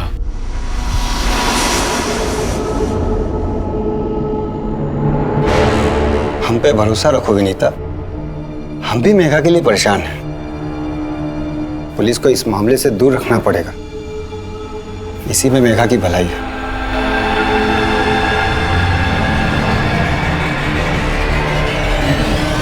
सर जिस दिन रजनी देवी की लाश मिली थी उस दिन सुबह नरेंद्र को एक टैक्सी स्टैंड के पास देखा गया था। एक सवारी टैक्सी वाले ने उसे हापुड़ बस अड्डे के पास उतारा था। हापुड़ पता करो, हापुड़ या उसके आसपास नरेंद्र की जान पहचान का कोई रहता है या नहीं?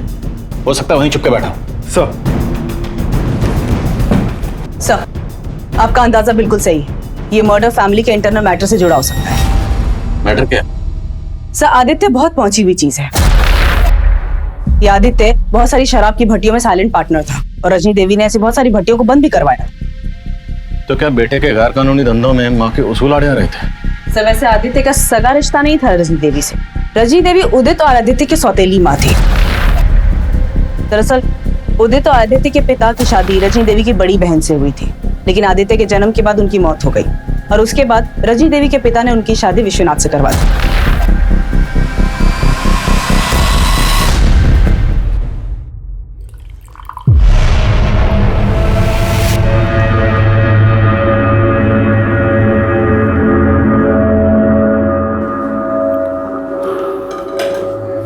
रुक जा।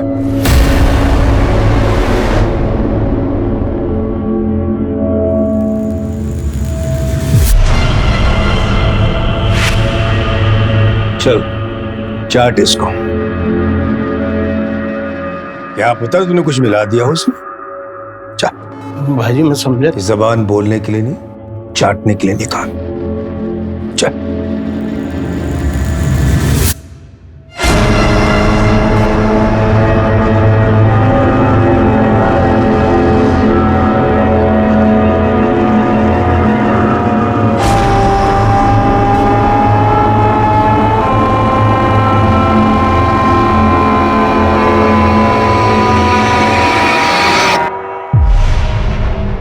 शाबाश।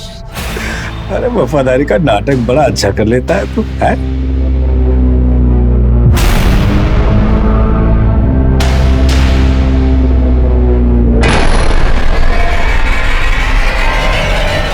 हम गलत काम करते थे, इसका क्या प्रूफ है आपके पास?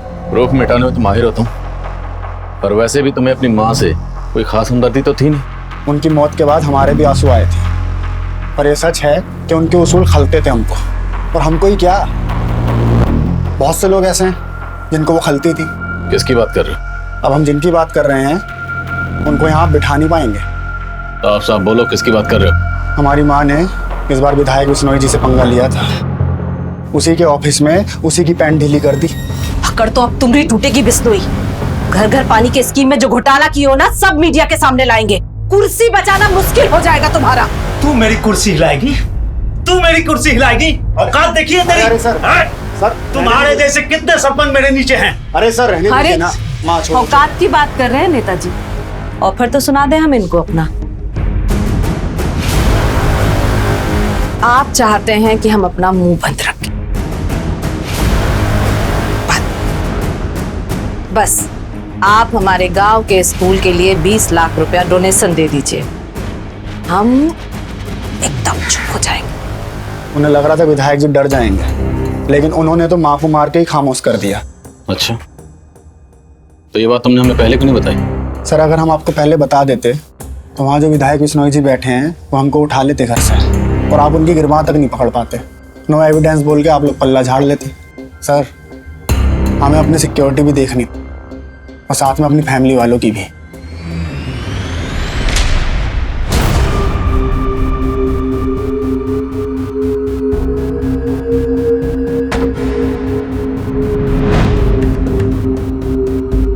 The number you have called is currently switched off. Please dial after some time.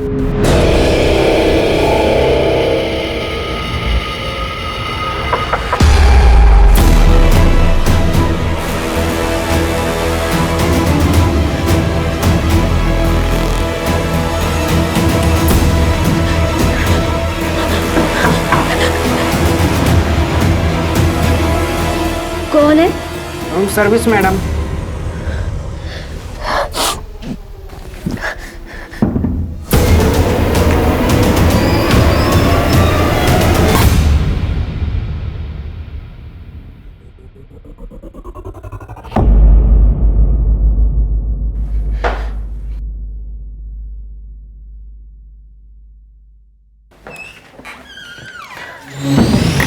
Aditya Netaji का नाम लेकर घुमा रहा है हमें। पर इतना कंफर्म है कि रजनी देवी नेताजी से मिलने गई थी। पता करो, क्या रजनी देवी के पास कोई ऐसा सबूत था जिससे नेताजी को खतरा हो सकता था, और हो सकता है इस काम के लिए नरेंद्र को इस्तेमाल किया गया हो।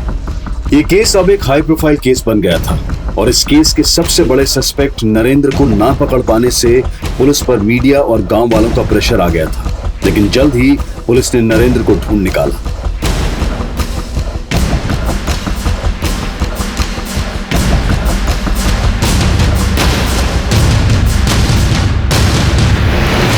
मैडम हम मानते हैं, हम अम्मा जी के फैसले से गुस्सा थे, लेकिन हमने कुछ नहीं किया। अच्छा, कुछ नहीं किया तो फिर हमें देख के भागा क्यों? मैडम भागते नहीं तो गांव वाले हमें जिंदा नहीं छोड़ते। और अब हम तुझे नहीं छोड़ने वाले। बता, रजनी देवी के गहने का छुपाए तूने? मैडम हमने कुछ नहीं किया। शर्मा, कूट इसको।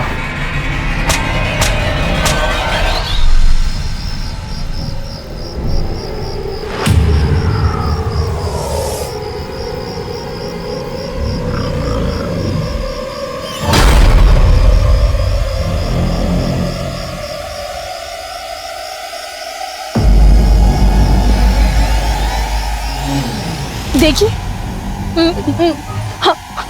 कहते थे ना कि उनका किसी से चक्कर है। चलिए अंदर दरवाजा खोलिए, दरवाजा खोलिए। क्या हुआ भाई साहब? कहा हुआ सीमा? ये बोल रही है स्वीटी के साथ चक्कर चल रहा है आपका। मेरे बीवी हमारे बता रहे हैं आप। भाई साहब, इसमें इनका दोस्त नहीं है। हम आपको बता रहे हैं ना, ये हमारी बीवी हम पे शक इतना ज्यादा करती है। तुम झूठ मत बोलो। अरे हम ये भाई साहब से मिलने आए रहे और इनको देखने के बाद में भी तुम ये फालतू का तमाशा कर रही हो। इसको क्या लगता है कि इसके हकलाने की वजह से हम इसको पसंद नहीं करते हैं, और इसीलिए सिर्फ अटेंशन हमारा पाने के लिए हमको जगह जगह बदनाम करती फिरती है। सुनिए, हमें इंस्पेक्टर साहब से मिलना है। और बात क्या है? हमारी बेटी लापता है। क्या? जिस दिन आपकी सास रजनी देवी का कत्ल हुआ उस दिन से आपकी बेटी मेघा भी गायब है। तो ये बात आपने हमें पहले क्यों नहीं बताई? हम बताना चाहते थे पर हमारे पति ने हमें रोक लिया। क्यों? क्योंकि उन्हें लगता था कहीं आप मेघा पर शक ना करो। और मेघा गायब क्यों है? उसकी क्या वजह? सर, वो एक लड़के को पसंद करती थी। कौन लड़का? संज्ञान, हम यहाँ तुम्हारा 1 घंटे अंदर इंतजार कर रहे हो, तुम अब जाके आ रहे हो। मेघा सॉरी यार, पापा को आने में देर हो गई थी। सर, जिस दिन मेघा गायब हुई उस दिन हमें लगा कि संज्ञान उसे लेके भाग गया है, क्योंकि उस दिन से वो भी गायब है।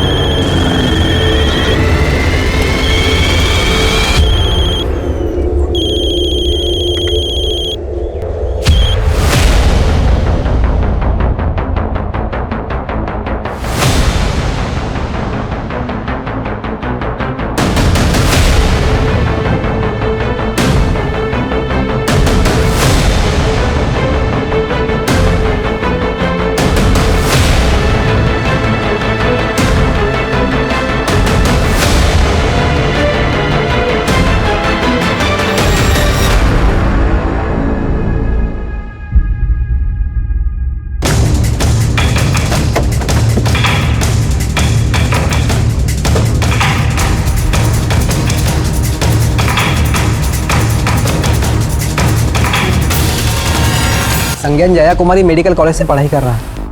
वो ललितपुर के किसी हॉस्टल में रहता है मैडम। घर में कौन कौन है? उसके सिर्फ पिताजी है। क्या नाम है फादर का? राम प्रवेश। इनका नंबर है आपके पास? जी मैडम। सर, मेघा के लापता होने को लेकर रजनी देवी के घर में हर कोई जानता था, और मेघा की माँ की तरह सब लोग मेघा के दोस्त संज्ञान के ऊपर ही शक जता रहे हैं। और संज्ञान भी गायब। अब इस केस की कई परतें खुल रही हैं। सर, एक अजीब सी बात है, इतना सब कुछ होने के बावजूद रजनी देवी के पति विश्वनाथ, उसे कोई फर्क ही नहीं पड़ रहा है। अपने दोस्तों यारों के साथ रोजाना उसके ड्रिंकिंग सेशन चल रहे हैं। और जिस दिन रजनी देवी का कत्ल हुआ उस दिन वो यहाँ था भी नहीं। कहीं ये सारा प्लान विश्वनाथ का तो नहीं?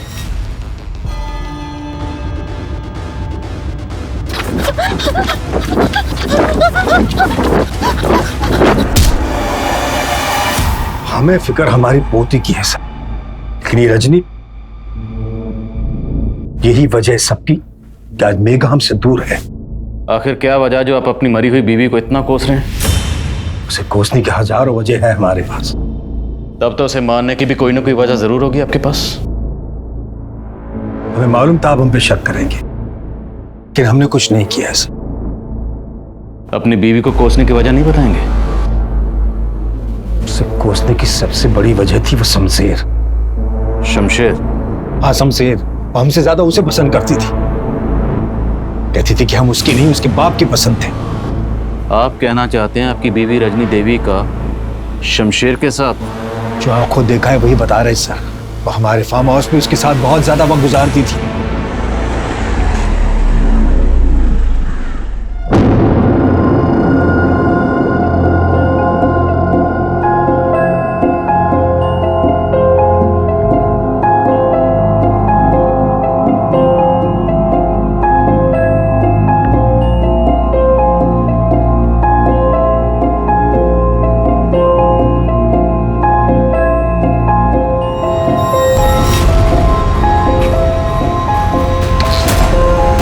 हम साथे पर तुझे छोड़ूंगा क्या? तुझे थाने में क्या तो उसी में छेद करता है साले। हाँ, छोड़िए इसे। छोड़ूंगा नहीं उस जगह। आपको ज्यादा मर्दानगी दिखाने का जरूरत नहीं है। उम्र देखिए अपनी, कुछ बचा नहीं है आप में। उस कमीने के सामने में जलील करती थी और हम खून के खून पी के रह जाते थे। कई बार हमने उसको माफ कर दिया। ये आज उसके कर्मों की सजा मिली है उसे, और ये सजा आपने उसे दी। मैं पहले भी कहा आपसे सर, हमने कुछ नहीं किया, लेकिन शमशेर उसके सारे राज जानता था। वो ये भी जानता था कि आज के लोग किसके हद पे चढ़ी थी। मैडम जी, हम अपने किसी काम से बाहर नहीं गए थे, बल्कि हम तो अपने बेटे संज्ञान को खोजने गए थे। कहाँ खोज रहे थे? और आखिर ये संज्ञान गायब कहाँ है? कुछ पता नहीं चल रहा मैडम जी। वो गर्मियों की छुट्टी में 7 जुलाई को अपने हॉस्टल के लिए निकला था, तभी हम उसको आखिरी बार मिले थे।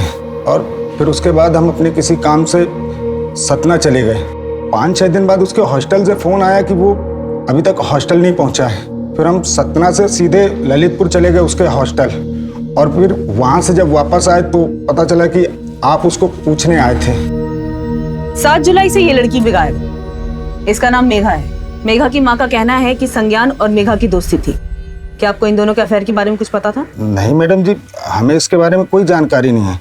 फिलहाल मेघा के घर वालों का ये कहना है कि संज्ञान इस लड़की को भगा के लेके गया है।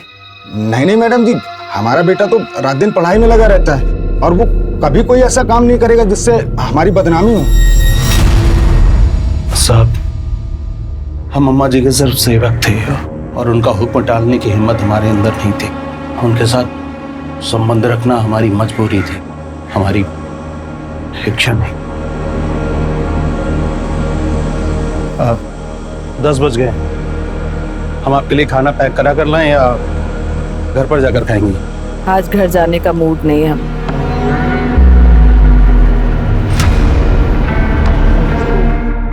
तुम भी यही रुक जाओ। जी। जो कुछ कहते हैं सर हिलाकर हाँ कर देते हो। सब बात मानोगे का हमरे? जी, बस हुक्म करके देखिए। सच बोल रहे हो क्या?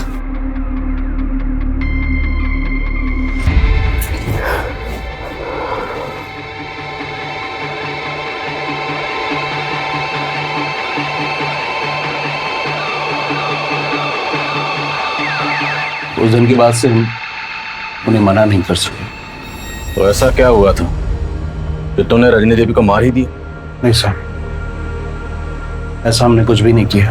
अब झूठ बोलने का कोई फायदा नहीं। 7 जुलाई जिस शाम रजनी देवी का मर्डर हुआ, तूने अपने दोनों साथियों को, विक्रम और भवन को फोन किया था, और तुम तीनों ने मिलकर रजनी देवी की पोती को उठाया। वो दोनों कबूल कर चुके। अब तेरी बारी। हमने जो कुछ किया वो अम्मा जी के कहने पे किया।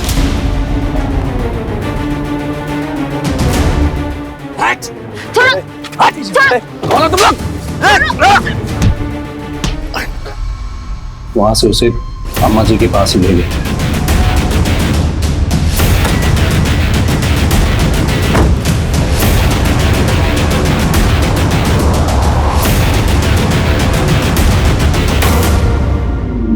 हमारे घर की बेटी होके कुछ जात वाले लड़के से इश्क लड़ा रही थी तुम?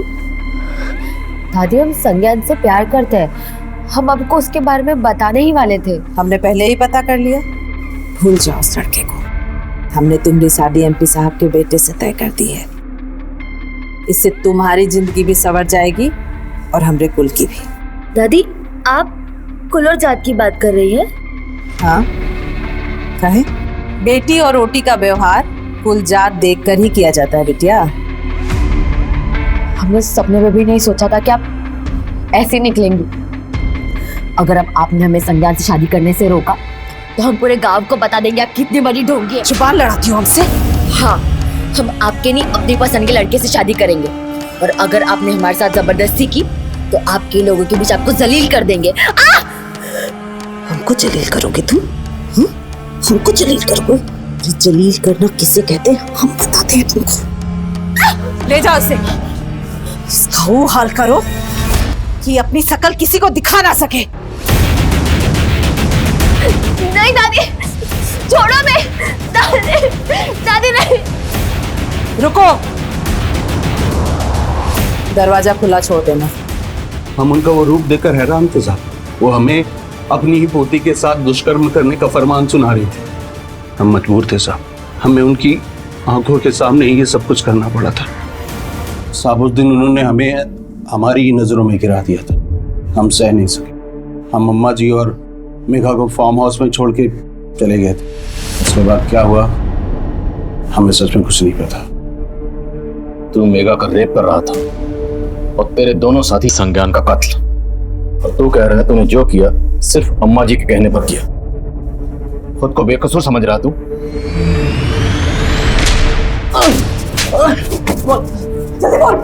मैडम, हम उस लड़के की पिटाई जरूर की थी, लेकिन हम जान से मारना नहीं चाहते थे। हमको लगा खत्म हो गया मैडम, इसलिए उसकी बॉडी को ठिकाना लगा दिया, इससे ज्यादा कुछ नहीं किया। भाई तूने जो किया उसे कम समझता है तू? शमशेर का बयान चौंकाने वाला था।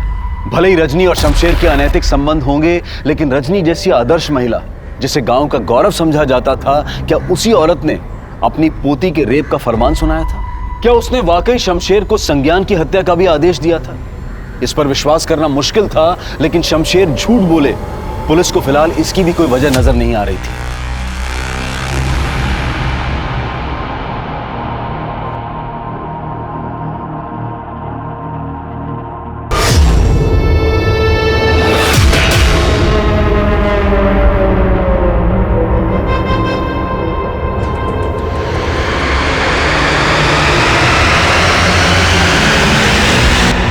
शमशेर के साथ ही बोल रहे हैं कि उन्हें लग रहा था कि संज्ञान मर चुका है। अगर ऐसा होता तो उसकी लाश मिलनी तो चाहिए थी। सब भी समझ में नहीं आ रहा है कि वो दोनों सच सच बोल रहे हैं कि कहानी अब भी कुछ और है। और रजनी देवी के घर वाले ये मानने को तैयार ही नहीं है कि रजनी देवी अपनी पोती के साथ ऐसा कुछ करवा सकती है। वैसे इधर शमशेर के दोस्त भी ये मानने को तैयार नहीं है कि रजनी देवी की हत्या में उन दोनों का हाथ है। संज्ञान के साथ साथ मेघा का भी कुछ पता नहीं चल रहा, ये केस को सुलझता ही जा रहा है। सर एक बात पता चली है, रजनी देवी की हत्या के अगले दिन उनके बड़े बेटे उदित ने एक गैराज में एक कार बेची थी, वो भी सिर्फ 15,000 रुपए में। कुछ तो गलत है। उस कार को तुरंत जब्त करो और फोरेंसिक को बुलाओ, और रजनी देवी के घर वालों को इस बारे में कुछ पता नहीं चलना चाहिए, और किसी भी तरह से पता करने की कोशिश करो कि संज्ञान और मेघा इस वक्त कहाँ है। सर देखा पुलिस के पास जाने का नतीजा कितना तमाशा बन गया है हमारा। तो चाहते क्या हैं आप? हम अपनी बेटी को भूल जाएं? इस मुसीबत में फंसने से अच्छा है कि भूल जाओ कि हमारी कोई बेटी भी है।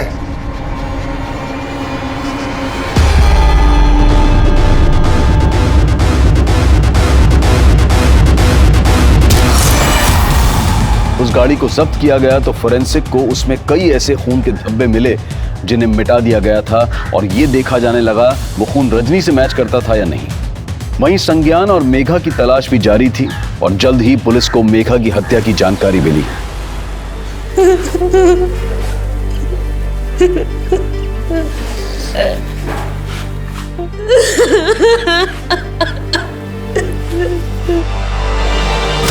सर मेघा की लाश हमें हाईवे से कुछ दूर एक सुनसान जगह पे मिली। बॉडी की कंडीशन बहुत ही खराब थी सर, बॉडी पे कोई कपड़ा भी नहीं था। सर पोस्टमार्टम से हमें यह पता चला है कि मेघा के सर पे किसी भारी चीज से वार करके उसे मारा गया था। और सर हैवानियत की बात तो यह है कि मेघा को मारने के बाद डेड बॉडी के साथ रेप किया गया था। मेघा पहले भी रेप का शिकार हुई थी, उस वक्त इस रेप में ये शामिल था। और मेघा के अलावा ये संज्ञान भी मिसिंग है। आपकी तहकीकात के दौरान क्या कुछ ऐसा सामने आया जो इस लड़के से कनेक्टेड हो? नहीं सर, अभी तक कुछ पता नहीं चला। हाँ अभिषेक सर, उस कार में मिले ब्लड की फोरेंसिक रिपोर्ट आ गई है। वो ब्लड रजनी देवी के ब्लड से ही मैच करता है। सर मानते हैं कि हमने आपसे सच छिपाया, लेकिन माँ की हत्या से हमारा कोई लेना देना नहीं। तो किसका लेना देना? सर उस रात माँ घर नहीं पहुंची थी और मेघा का भी कुछ पता नहीं चल रहा था। हम और आदित्य बहुत परेशान थे। हम जब माँ के फार्म हाउस पर पहुंचे तो हमने देखा हमने नहीं मारा है माँ को। तुमने नहीं मारा तो फिर हमें क्यों नहीं बुलाया? और मेघा के गायब होने की बात भी तुमने पहले नहीं बताई, क्यों? साफ साफ बोलो, क्या छिपा रहे? सर कुछ भी नहीं छिपा रहे हैं।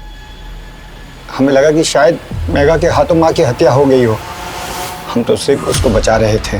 तो तुम जानते थे कि मेघा ने तुम्हारी माँ? नहीं सर, हम तो खुद ही ढूंढ रहे थे उसको। उस रात रजनी का मर्डर हुआ था, ये बात सिर्फ उदित और आदित्य ही नहीं, मेघा की माँ विनीता और रजनी के पति विश्वनाथ को भी मालूम थी। इसलिए पुलिस किसी का भी भरोसा नहीं कर रही थी। वहीं संज्ञान की भी कहीं कोई लीड नहीं मिल रही थी, लेकिन अब कुछ ऐसा मिला था जिसने पुलिस का नजरिया ही बदल दिया था। सब कुछ दिनों पहले मेरठ में एक सीमा नाम की औरत का मर्डर हुआ। सीमा के मर्डर की मोडस ऑपरेंडी मेघा के मर्डर की मोडस ऑपरेंडी से मैच करती है। मेघा और सीमा दोनों के मर्डर करने के बाद उनकी बॉडी के साथ रेप किया गया था। सीमा का रजनी देवी या मेघा से कोई कनेक्शन? सर फिलहाल तो कोई कनेक्शन नहीं मिला है। माना कि सीमा और मेघा का मर्डर केस अलग है, लेकिन रजनी देवी के मर्डर केस में वो सिमिलैरिटीज नहीं मिली। तो सीमा के मर्डर केस में कोई ऐसा सस्पेक्ट जो मेघा से कनेक्टेड हो? सर फिलहाल उसके बारे में भी कुछ नहीं पता चला है। पर सीमा के मर्डर में मेरठ पुलिस को सीमा के पति योगेंद्र पे शक था। पुलिस का कहना है कि सीमा को अपने पति पे शक था क्योंकि उसका काफी औरतों के साथ अफेयर चल रहा था। तो हो सकता है योगेंद्र मेघा को भी जानता। साहब हम किसी मेघा को नहीं जानते, हमने कोई मर्डर नहीं किया है। तेरी बीवी तुझ पर शक करती थी, हो सकता है तेरा मेघा से भी अफेयर रहा हो। साहब हम कितनी बार बताए आपको, ऐसा कुछ नहीं है साहब, भगवान कसम खा के बोल रहे हैं हम।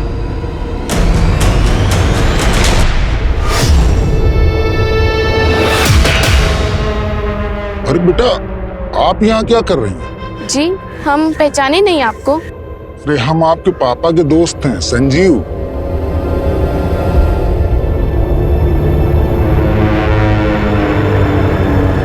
पापा कोई संजीव अंकल आपके फ्रेंड है क्या?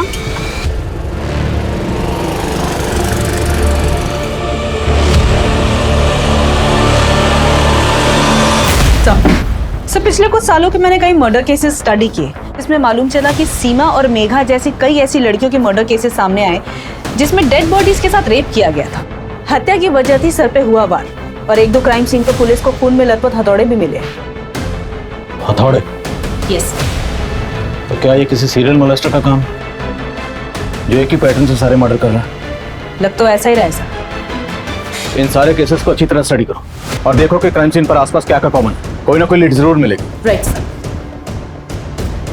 पुलिस इस केस में सीरियल मोलेस्टर की थ्योरी बना रही थी, लेकिन संज्ञान के गायब होने का राज इस केस को फिर से दूसरी दिशा में मोड़ रहा था।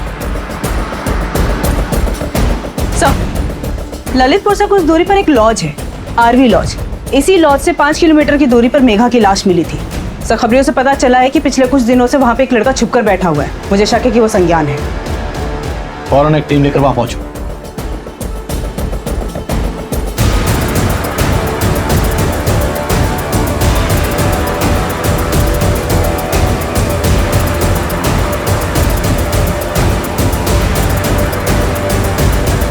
सर हमारा मेघा के मर्डर से कोई लेना देना नहीं। 7 जुलाई के बाद तो मुझसे मिले तक नहीं है। तो 7 जुलाई से तो अंडरग्राउंड क्यों? सर उन लोगों ने हमें बहुत मारा, उस डर की वजह से हम वहां चले गए। डर की वजह से तो लॉज चला गया, अपने घर क्यों नहीं गया? जाते तो पापा परेशान हो जाते। वो तो अब भी परेशान है, ढूंढ रहे हैं तुझे हर जगह। तूने उन्हें नहीं बताया था तो लॉज में चुप के बैठा? नहीं सर, सर हमारा मेघा के मर्डर में कोई हाथ नहीं है। हम तो प्यार करते थे उसे। तेरा हाथ है या नहीं ये हम पता लगाएंगे। पता लगाओ जरा अच्छी तरह से। सर तो हमने सीमा और मेघा समेत सभी केसेस के क्राइम सीन की सीसीटीवी फुटेज स्कैन की। इन सभी क्राइम सीन पर ये मोपेड कॉमन है। ये मोपेड सीमा और मेघा के क्राइम सीन के आसपास भी देखी गई थी, लेकिन सर ये मोपेड रजनी देवी के गांव में देखे जाने की कोई इन्फॉर्मेशन नहीं है।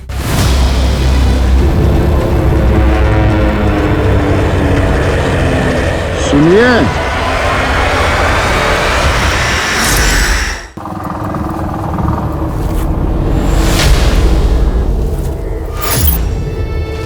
अरे आप यहाँ कहाँ ले आए हो? लगता है गाड़ी खराब हो गई।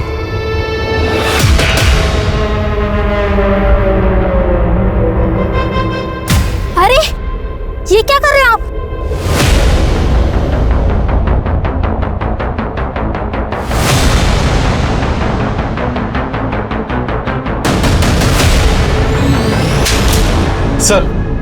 सर संज्ञान अब बोल रहा है कि उसके फादर जानते थे कि वो एक लॉज में छुपा हुआ था। हमें देर नहीं लगी तेरा पता करने में। तुझे फॉलो किया, तुझे रंगे हाथ पकड़ ली। सालों पहले तेरी बीवी का मर्डर हुआ था, मुझे पूरा यकीन है उसका मर्डर भी तूने किया होगा। सही कहा आपने। हमारा पहला शिकार हमारी पत्नी थी। वो हमारी गैर मौजूदगी में दूसरे मर्द के साथ सोती थी, और जब हम उसके पास जाते तो वो हमें जलील करती कि तुम हमें संतुष्ट नहीं कर पाते। एक दिन हमारा माथा सनक गया। हमने उसको हमेशा के लिए संतुष्ट कर दिया, पर हम संतुष्ट नहीं हुए। उसी वजह से हमें इन औरतों से नफरत हो गई। तो ऐसा करता क्या था? ये औरतें तेरी बात मानकर तेरे साथ चलने को तैयार हो जाती थी? हम बहुत स्मार्ट हैं साहब। हम उनके पास जाते और उन्हें जता देते थे कि वो हमें जानती हैं और हम उन्हें जानते हैं, और हथौड़ा मार देते। और मेघा, वो तो तेरे बेटे की गर्लफ्रेंड थी। उसी की वजह से उसकी दादी रजनी ने हमारे बेटे को अधमरा कर दिया था। तो रजनी देवी को भी तूने मारा था? तब वो हमारा स्टाइल नहीं है। वो तो मेघा ही उसको मार के भागी थी। उसका हमारे पास फोन आया।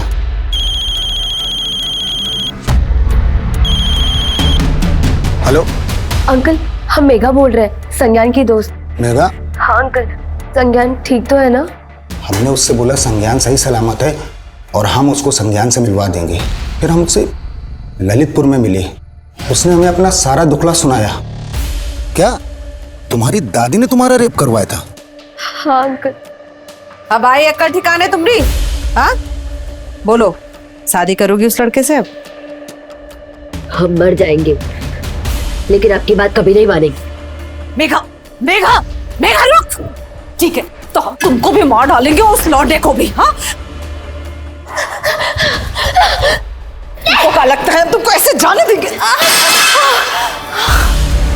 उसने बताया कि संज्ञान के साथ भाग करके जिंदगी गुजारने के लिए उसने अपने दादी के गहने चुरा के बेच दिए।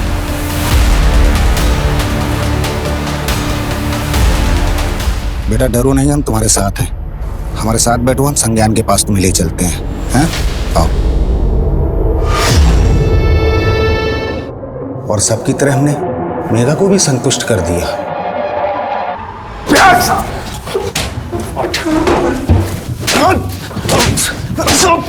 अब तुझे संतुष्ट हम करेंगे।